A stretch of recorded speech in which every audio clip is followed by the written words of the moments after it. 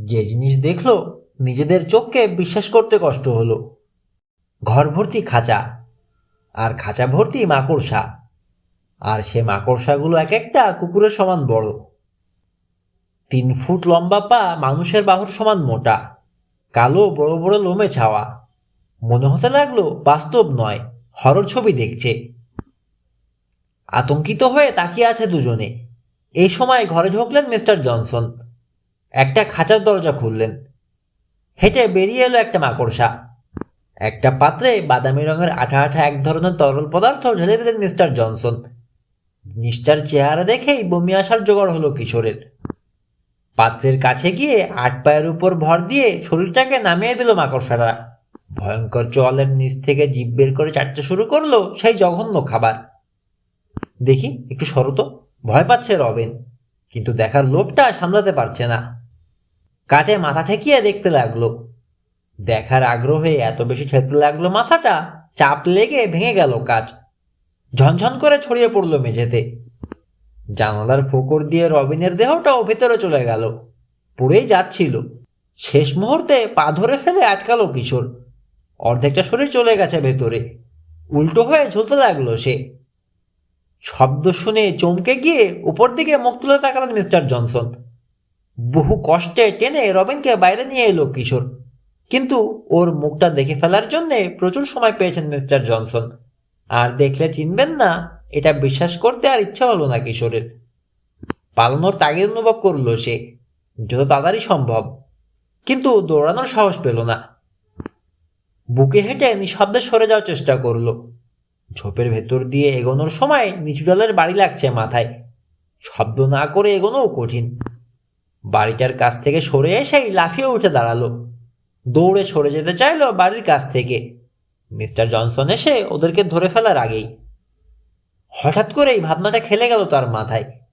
তিনি কি নিচে আসবেন ওদের ধরতে, নাকি কুকুরের সমান বড় কোনো মাকড়সা পাঠাবেন? মানুষ যেমন চোর ধরতে কুকুর ছেড়ে দেয়, তেমনি করে তিনি কি মাকড়সা পাঠাবেন? কি করেন সেটা দেখার জন্য কৌতূহল হলেও দাঁড়ানোর সাহস হলো না। বাড়ির পাশ দিয়ে ছুটলো। কোণ ঘুরে সামনের দিকে পৌঁছার আগেই কানে এলো ভয়ঙ্কর শব্দ, রক্ত পানি করা চাপা গর্জন। ফিরে তাকানোর সময় নেই, সাহসও হলো না। কোনো দিকে না তাকিয়ে ঝেড় দৌড়াতে থাকলো রাস্তার দিকে। কিসের গর্জন দেখার জন্যে ভেতরে ভেতরে কৌতূহলে মরে যাচ্ছে কিশোর, কিন্তু থামার সুযোগ নেই। তখনও অনেকখানি বন পেরোতে হবে, কাজেই দৌড়াতেই থাকলো। অবশেষে বনটা পেরিয়ে এলো নিরাপদে। যখন বুঝলো যে ভয় নেই আপাতত, তখন দৌড়ানো বন্ধ করলো। হেঁটে চললো রাস্তা ধরে। মিস্টার জনসনের ওখানে যা যা দেখে এসেছে সেটা নিয়ে আলোচনা করতে করতে চলল। দুজনেই একমত হলো, এমন একটা কোনো ফর্মুলা বানিয়েছেন তিনি, যেটার সাহায্যে মাকড়সাগুলোকে বড় করে দানব বানিয়ে ফেলা সম্ভব। হঠাৎ থমকে দাঁড়ালো রাস্তার উপর, পাথর হয়ে গেল যেন।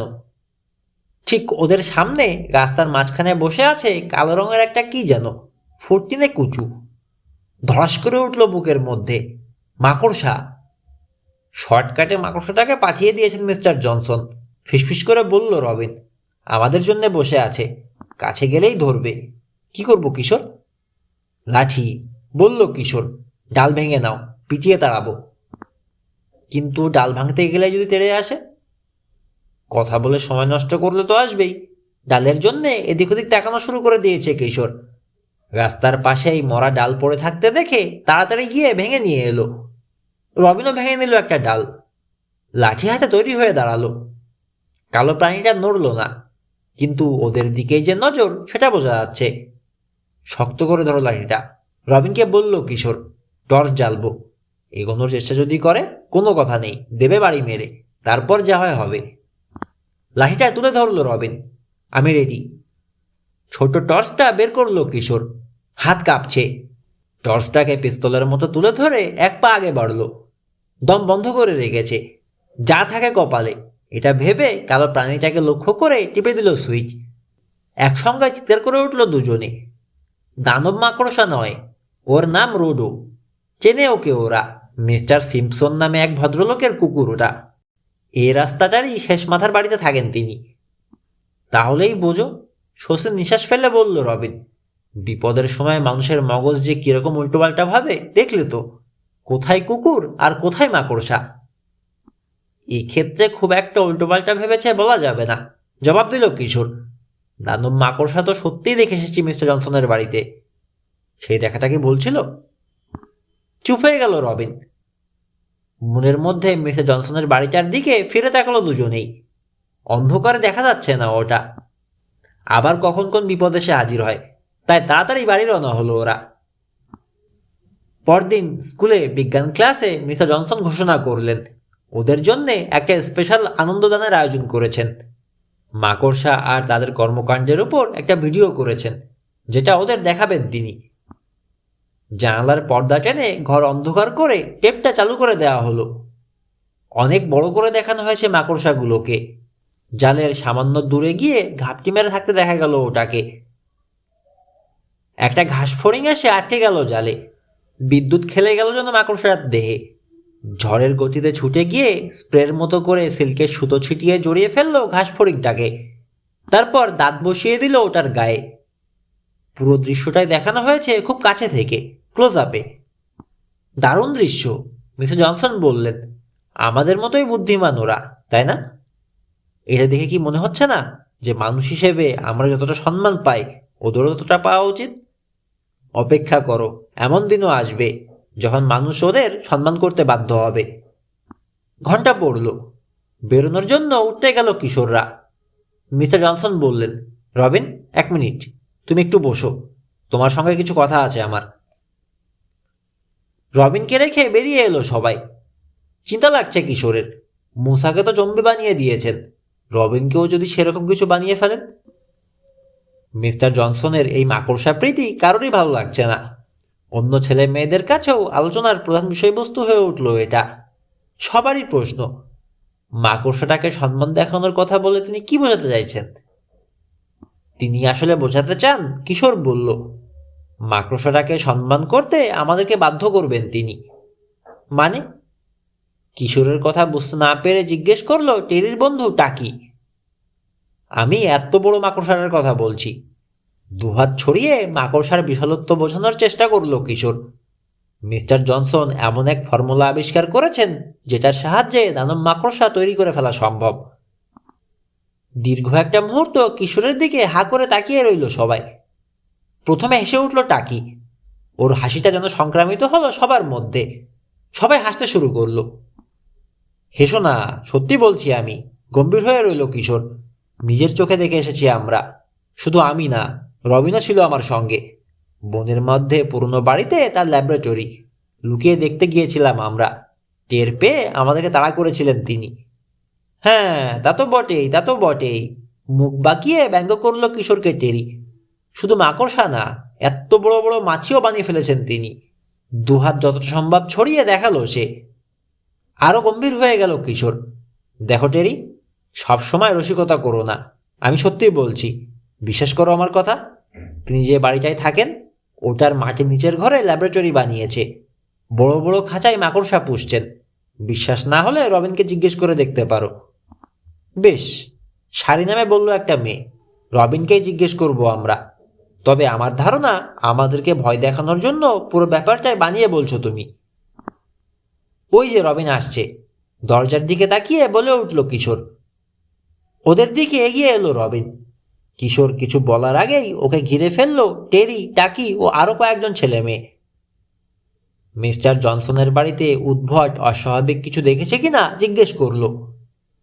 না, আমি তো কিছু দেখিনি, যান্ত্রিক গলায় স্রেফ অস্বীকার করলো রবিন। তাছাড়া অস্বাভাবিক আর কি দেখব? মিস্টার জনসন একজন অত্যন্ত স্বাভাবিক নিরীহ ভদ্রলোক। তার মানে তুমি আর কিশোর কোনো বড় ধরনের মাকড়সা বা অন্য কোনো পোকাটোকা দেখনি? জিজ্ঞেস করলো টেরি। না, তা কেন দেখব? আর সেটা দেখাটা কি স্বাভাবিক? বড় সড়ো কোনো ভয়াবহ মানব খেকো দানব মাকড়সা দেখনি? তাকে জিজ্ঞেস করলো। মাকড়সারা ভয়াবহ হয় না, শান্ত কণ্ঠে জবাব দিল রবিন। মাকড়সারা আমাদের বন্ধু, ভীষণ চালাক ব্যক্তিত্ব সম্পন্ন উপকারী প্রাণী। ওদেরকে ভক্তি শ্রদ্ধা আর সম্মান করা উচিত আমাদের। কি মিয়া পুচকে সারলোক? কিশোরের দিকে তাকিয়ে গা চালানো খিকখিক হাসি হাসতে লাগলো টেরি। তোমার দোস্ত তো তোমার কথায় সায় জানালো না। আগেই জানতাম, সারি বলল, ও আমাদের বোকা বানাচ্ছে। এই চলো চলো, এখানে দাঁড়িয়ে দাঁড়িয়ে ফালতু বকবকানিতে লাভ নেই। চলে গেল ওরা। রবিনের উপর রেগে গেল কিশোর। ওদেরকে সত্যি কথাটা বললে না কেন? আমাকে তো একটা ছাগল বানিয়ে ছেড়েছে ওদের সামনে। সত্যি কথাটাই বলেছি আমি ওদেরকে, যান্ত্রিক স্বরে জবাব দিল রবিন। কাল রাতের কথাটা ভুলে গেলে নাকি? খেকিয়ে উঠল কিশোর। মাকড়সারা আমাদের বন্ধু, ওদেরকে কখনোই বিরক্ত করা উচিত নয় আমাদের। রবিন, কি হয়েছে তোমার, বলো তো? আশঙ্কাটা ফিরে এলো কিশোরের। মিস্টার জনসন কি করেছেন তোমাকে? কিন্তু জবাব দিল না রবিন, দাঁড়ালো না আর। কিশোরের দিকে তাকিয়ে যান্ত্রিক হাসি হেসে রোবটের মতো পা বাড়ালো সে গেটের দিকে। সেও মুসার মতো জম্বির মতো আচরণ শুরু করেছে। মুসা তো আগেই জম্বি হয়েছে, এখন রবিনও হলো। কিছু একটা করার জরুরি তাগিদ অনুভব করলো কিশোর, নইলে কোনোদিন তাকেও জম্বি বানিয়ে দেবেন মিস্টার জনসন, আর তখন কিছুই করার থাকবে না। কি করা যায় ভাবতে ভাবতে বাড়ি ফিরল কিশোর। বুদ্ধি একটা পেয়ে গেল। বাড়ি ফিরে মেরি চাচিকে জিজ্ঞেস করলো, চাচি, সেদিনকে যে অ্যান্টিক ঘড়ি পাওয়া গিয়েছিল পুরনো মালের মধ্যে, সেটা কি বেচে দিয়েছো? না, মেরি চাচি বললেন। কি করবে? দাও না একটু, কাজ আছে। দেখো ভাঙে না যেন, এরকম জিনিস সচরাচর পাওয়া যায় না। রেল কন্ট্রাক্টরের ঘড়ি, তাছাড়া বহু পুরনো, ভালো দাম পাওয়া যাবে। না, ভাঙবো না, দাও। ঘড়িটা অনেক ভারী। সেকালে ট্রেনে চলাচলের সময় পকেটে নিয়ে ঘুরে বেড়াতো কন্ট্রাক্টর। লম্বা একটা চেন লাগানো, যাতে পকেট থেকে পড়ে গিয়ে হারিয়ে না যায়। গোল ঢাকনাটার কিনারটা সোনা দিয়ে বাঁধানো। মিস্টার জনসন যে ঘড়ি দুলিয়েছিলেন মুসার চোখের সামনে, তার সঙ্গে এই ঘড়িটার অনেক মিল। হুবহু একরকম বললেও চলে, সেজন্যই চেয়েছে কিশোর। ঘড়িটা নিয়ে প্রথমে রবিনদের বাড়িতে গেল সে। নিজের ঘরে রয়েছে রবিন, তাকে বলল কিশোর। একটা জিনিস দেখাতে এনেছে। পকেট থেকে বের করলো ঘড়িটা। বাহ, সুন্দর তো, যান্ত্রিক স্বরে বলল রবিন, কোনো উচ্ছ্বাস নেই। নেবে নাকি? নাও না। ঘড়িটা ওর দিকে বাড়িয়ে দিল কিশোর।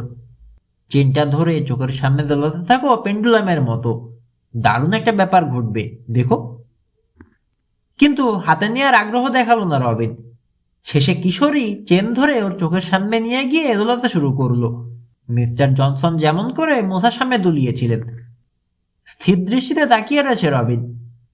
দেখো, নরম স্বরে ওর চোখের দিকে তাকিয়ে বলতে থাকলো কিশোর, দেখতে থাকো কেমন সামনে যাচ্ছে, পেছনে যাচ্ছে, সামনে, পেছনে, সামনে, পেছনে, সামনে, পেছনে। তাকিয়ে থাকতে থাকতে আপনা আপনি চোখ বুজে এলো রবিনের, যেন ঘুমিয়ে যাচ্ছে। চোখ আধ বোঝা করে ঢুলঢুলু ভঙ্গিতে তাকিয়ে রইল। আশা হলো কিশোরের, যা সন্দেহ করেছিল ঠিক তাই। ঘড়ির সাহায্যে ওকে সম্মোহিত করে ফেলেছেন মিস্টার জনসন। 1 থেকে 10 পর্যন্ত গোনার সঙ্গে সঙ্গে জেগে যাবে তুমি। রবিনের চোখের দিকে তাকিয়ে বলতে থাকলো কিশোর, সম্মোহন কেটে যাবে তোমার। মাকড়সা নিয়ে আর কোনো ধরনের উদ্ভট ভাবনা চিন্তা থাকবে না মগজে। আবার স্বাভাবিক হয়ে যাবে তুমি। মাথা ঝাঁকালো রবিন। আশা বাড়ল কিশোরের, কাজ হচ্ছে মনে হলো। 1, 2, 3 করে গুনতে শুরু করলো। পুরোপুরি চোখ মেলল রবিন। কিশোর বলল, রবিন দেখো, তোমার পেছনে বিছানার উপর মস্ত একটা মাকড়সা। রবিনের প্রতিক্রিয়াটা হলো দেখার মতো। লাফ দিয়ে নেমে গেল সে। একটা ম্যাগাজিন তুলে নিয়ে চরকির মতো পাক খেয়ে ঘুরে গেল বিছানার দিকে, বাড়ি মেরে মাকড়সাটাকে ফেলে দেওয়ার জন্যে। হাহা করে হেসে উঠল কিশোর। বিছানায় মাকড়সা না দেখে অবাক হলো রবিন। তোমাকে পরীক্ষা করছিলাম, কিশোর বলল। কি বলছো? বুঝতে পারলো না রবিন, কিসের পরীক্ষা? মিস্টার জনসন তোমাকেও সম্মোহিত করে ফেলেছিলেন। আজব এক ঘোরের মধ্যে নিয়ে গিয়েছিলেন তোমাকে। মাকড়সারা যে কত ভালো, মগজ ধোলাই করে সেই ধারণাটা ঢুকিয়ে দিয়েছিলেন তোমার মগজে। মাকড়সাদেরকে ভালোবাসতে বলেছিলেন। তুমি কি পাগল নাকি? বিশ্বাস করতে চাইল না রবিন। কোনো রকম ঘোরের মধ্যে যাইনি আমি। মাকড়সার মতো একটা পচা প্রাণীকে ভালোবাসার তো প্রশ্নই ওঠে না। তার মানে তোমার কিচ্ছু মনে নেই? স্কুলে তুমি সবার সামনে বলনি যে মাকড়সারা আমাদের বন্ধু, ওদেরকে কখনো বিরক্ত করা উচিত নয়, ইত্যাদি ইত্যাদি? তোমার কি মনে পড়ছে না? মিস্টার জনসনের বাড়ির মাটির নিচে দেখা দানব মাকড়সার কথা? খানিক চিন্তা করে নিল রবিন। হ্যাঁ, তা মনে পড়ছে। স্কুলে সবার সামনে যে বলেছ যে মাকড়সা ভালোবাসো, সেটা মনে পড়ছে না? মাথা নাড়ল রবিন। না, কেবল এটুকু মনে পড়ছে, চোখের সামনে একটা ঘড়ি দুলিয়ে বিড়বিড় করে কি যেন বলছিলেন মিস্টার জনসন। তারপর আর কিছু মনে নেই আমার। কি করেছিলেন বলো তো? ওই যে বললাম, সম্মোহিত করেছিলেন। মাকড়সা ভালোবাসার বলি তুলে দিয়েছিলেন তোমার মুখে। বোঝা যাচ্ছে মুসাকেও একই কাজ করেছেন। না, এভাবে আর চলতে দেওয়া যায় না, বুঝলে? কিছু একটা করা দরকার, ঠেকানো দরকার ওই উন্মাদটাকে। ভালো কিছু যে করছেন না দেনি, এটুকু বোঝা হয়ে গেছে। উদ্দেশ্যটা কি তার? রবিনের প্রশ্ন। আমি তো একটা উদ্দেশ্যই দেখতে পাচ্ছি, ওই দানব মাকড়সাগুলোকে খাঁচা থেকে ছেড়ে দেয়া। ভয় দেখিয়ে মাকড়সার প্রতি শ্রদ্ধা আদায়ের পরিকল্পনা করেছেন তিনি। কিন্তু কেন? মাকড়সা বিদ্বেষী মানুষদের শায়েস্তা করার জন্যে। আর কেন? তিনি চান মাকড়সাকে সবাই ভালোবাসুক, প্রাণীগুলোর সঙ্গে ভালো ব্যবহার করুক, পা দিয়ে না মারাক। উদ্দেশ্যটা খারাপ না, কিন্তু যেভাবে তিনি মানুষকে মাকড়সা ভালোবাসতে বাধ্য করতে চাচ্ছেন সেটা খারাপ। যত ভয়ানক স্বভাবেরই হোক, ছোট প্রাণীকে ভয় পায় না মানুষ। মিস্টার জনসনের ভাষায় সম্মান করতে চায় না, তাই নানক তৈরি করছেন। এত বড় মাকড়সা দেখলে কলজে কেঁপে যাবে মানুষের। পা দিয়ে মারানো তো দূরের কথা, প্রাণ বাঁচানোর জন্যে ভয়ে দৌড়ে পালাতে দিশে পাবে না। কিশোরের যুক্তির সঙ্গে একমত হলো রবিন। মিস্টার জনসনকে জলদি ঠেকানো দরকার, এ ব্যাপারেও দ্বিমত রইল না। মাটির নিচের ঘরের খাঁচাগুলোর কথা ভাবল সে। সবগুলো খাঁচা ভর্তি দেখে এসেছে, কোনোটাও খালি নেই। তার মানে তৈরি হয়ে গেছেন তিনি। যে কোনো মুহূর্তে এখন মাকড়সাগুলোকে ছেড়ে দিতে পারেন। মাকড়সা বিদ্বেষী মানুষকে আক্রমণ করার জন্য পাঠাতে পারেন তার অতিকায় মাকড়সা বাহিনীকে। তাহলে আমরা কি করব এখন? প্রশ্ন করল রবিন। কাউকে বলা যাবে না এ কথা, সবাই আমাদেরকে পাগল ভাববে। আবার যেতে হবে মিস্টার জনসনের বাড়িতে, বলল কিশোর। প্রমাণ নিয়ে আসতে হবে। আজই সুযোগ, বুঝলে? টিচারদের মিটিং আছে, রাত 10টার আগে বাড়ি ফিরতে পারবেন না তিনি। কিন্তু প্রমাণ জোগাড় করবো কিভাবে? মাকড়সা তো আর ধরে আনতে পারবো না, ওই দানব ধরে আনা সম্ভব না। কিন্তু মাকড়সা তো ছবি আনা যাবে। তোমার ক্যামেরাটা নিয়ে নিও সঙ্গে। ঠিক বলেছ। হাসি ফুটল রবিনের মুখে। ক্যামেরার বুদ্ধিটা মাথায় আসেনি আমার। ঘন্টা দুয়েক পর আবার কিশোররা মিস্টার জনসনের বাড়ির কাছাকাছি হলো। স্কুলের কাছ দিয়ে এসেছে, ইচ্ছে করেই ঘুরে এসেছে ওদিক দিয়ে। পার্কিং লটে মিস্টার জনসনের গাড়িটা আছে কিনা নিশ্চিত হওয়ার জন্যে। ওদের হাতে ঘন্টা দুয়েক সময় আছে, এর মধ্যে কাজ সেরে কেটে পড়তে হবে। মুসাকেও নিয়ে আসার ইচ্ছে ছিল কিশোরের। ঘড়ির সাহায্যে রবিনের মতো ওকেও সম্মোহন মুক্ত করতে পারত। সেজন্য রবিনদের বাড়ি থেকে বেরিয়ে ওদের বাড়িতেও গিয়েছিল, কিন্তু ওকে পায়নি। ওর মার সঙ্গে কোথায় যেন গেছে। যাই হোক, বনের মধ্যে সেই জায়গাটাতে চলে এলো কিশোর আর রবিন, যেখান থেকে ঝোপের মধ্য দিয়ে বুকে হেঁটে গিয়েছিল আগের দিন। বাড়ির কোথাও কোনো আলো জ্বলছে না, মাটির নিচের ঘরের ল্যাবরেটরিতেও না। তবে তাতে ছবি তোলার অসুবিধে নেই, রবিনের ক্যামেরায় ফ্ল্যাশ লাইট আছে। ঝোপের ভেতরে ভেতরে বুকে হেঁটে এগিয়ে চলল দুজনে।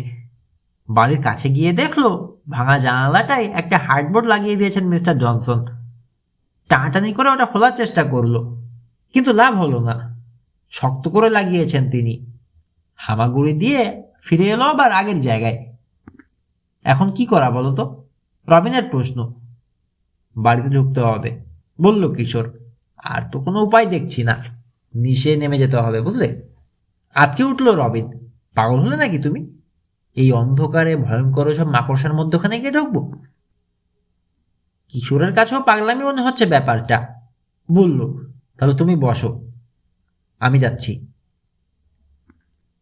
আরেকটা জানালা খুঁজে বের করা যেতে পারে, বুঝলে? পরামর্শ দিল রবিন।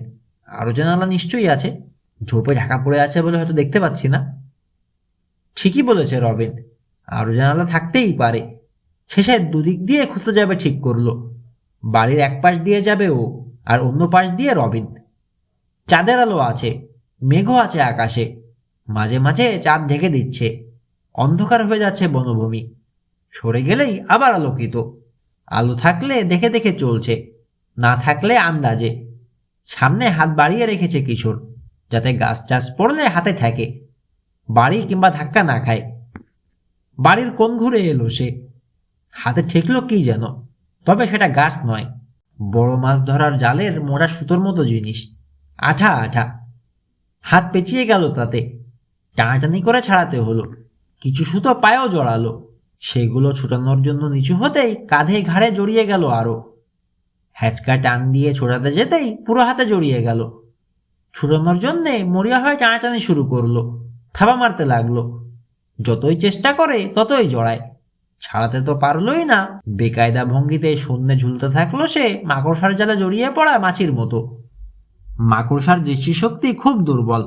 জালে পড়া শিকারের দাপাদাপিতে জালের মধ্যে যে কম্পন সৃষ্টি হয় সেটা অনুভব করেই মাকড়সা বুঝতে পারে জালে শিকার পড়েছে। ছুটে আসে তখন ধরার জন্যে।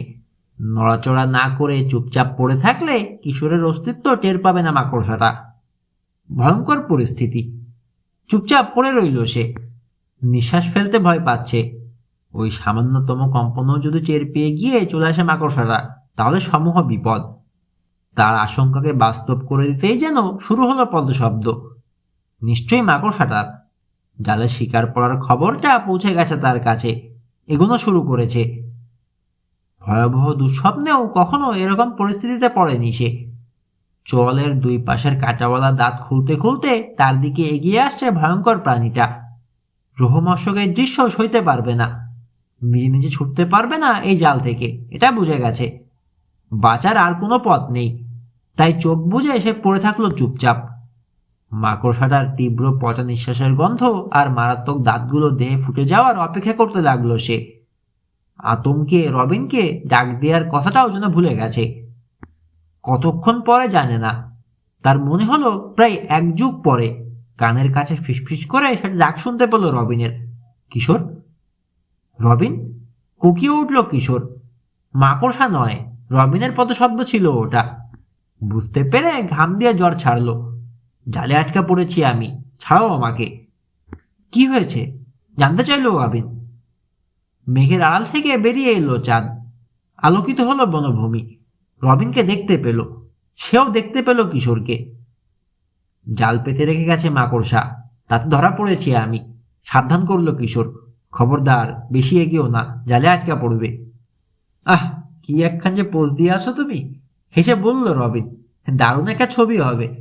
এতদিন জানতাম মাছি আর পোকা পড়ে মাকড়সার জালে, মানুষও যে পড়ে এটা জানতাম না। মিস্টার জনসনকে ধন্যবাদ।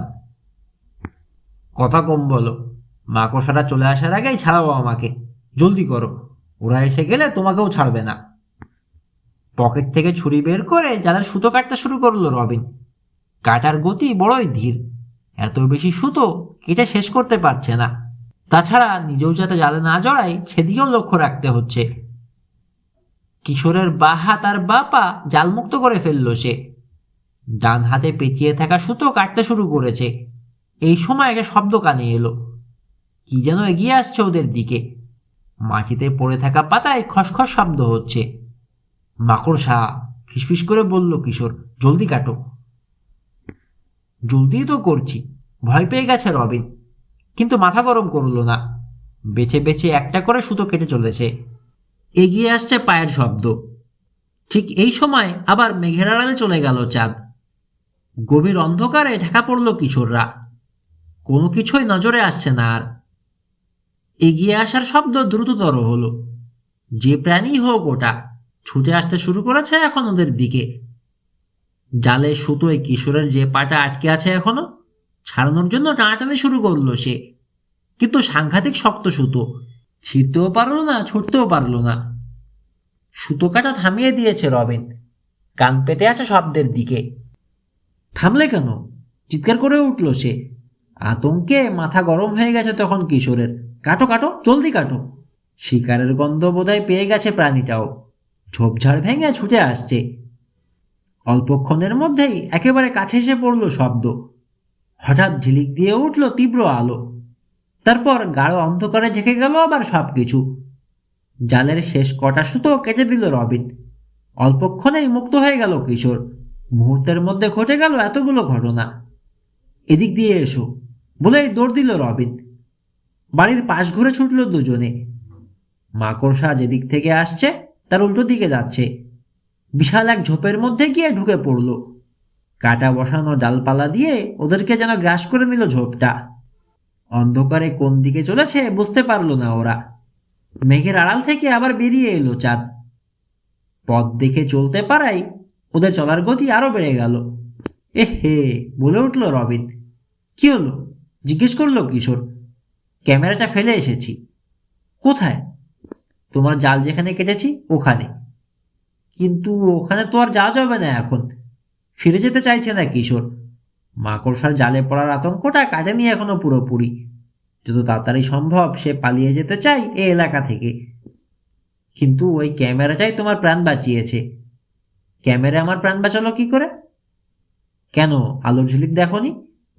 তা তো দেখেছি, ফ্ল্যাশারের আলো। তাতে কি হয়েছে? মাকড়সাটা যখন ছুটে আসছিল তখন ঠেকানোর আর কোনো উপায় না দেখে শব্দ লক্ষ্য করে সাঁটা টিপে দিয়েছিলাম। ভেবেছিলাম আচমকা ফ্ল্যাশারের আলো জ্বলে উঠতে দেখলে থেমে যাবে মাকড়সাটা। কাজ যে হয়েছিল সেটা তো বুঝতেই পারছো। নইলে এতক্ষণে এখানে দাঁড়িয়ে কথা বলার সুযোগ হতো না।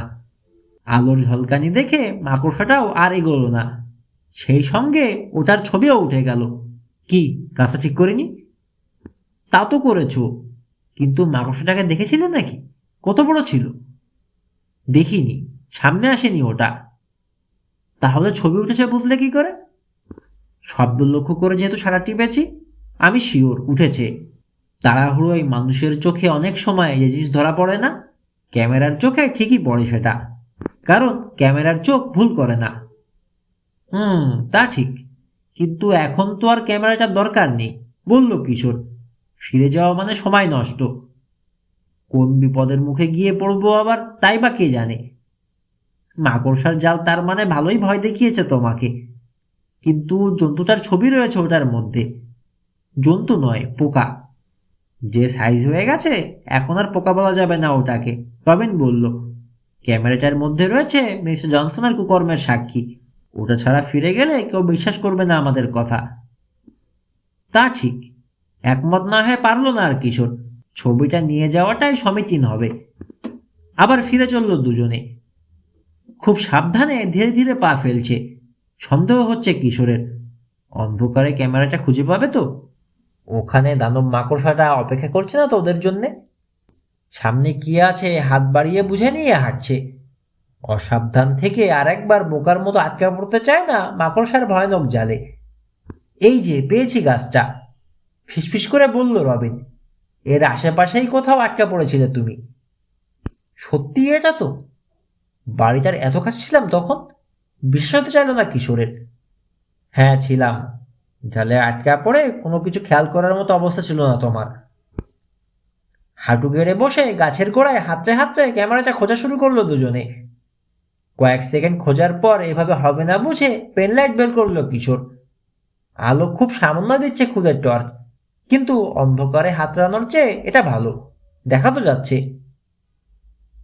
প্রথম গাছটার গোড়ায় পাওয়া গেল না ক্যামেরাটা। পরের গাছটার গোড়ায় খুঁজলো, ওখানেও পেল না। আরেকটার গোড়ায় খুঁজলো, নেই। একের পর এক গাছের গোড়ায় খুঁজে চলল দুজনে। এই যে পাওয়া গেছে। অবশেষে চেঁচিয়ে উঠল রবিন।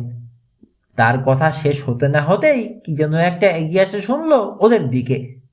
নিশ্চয়ই মাকড়সা, কিন্তু ওটা দেখার জন্য বসে থাকলো না কেউ। লাফিয়ে উঠেই দৌড়। শহরে পৌঁছানোর আগে আর পেছন ফিরে তাকালো না কেউ। হাঁপাতে হাঁপাতে রবিন বলল, যাক, প্রাণটা বাঁচলো এই যাত্রা। আর প্রমাণও নিয়ে আসতে পারলাম।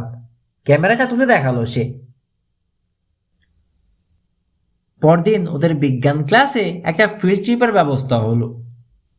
ন্যাচারাল হিস্ট্রি মিউজিয়ামে ওদেরকে নিয়ে গেলেন মিস্টার জনসন। এর আগেও বেশ কয়েকবার ওখানে গিয়েছে কিশোররা।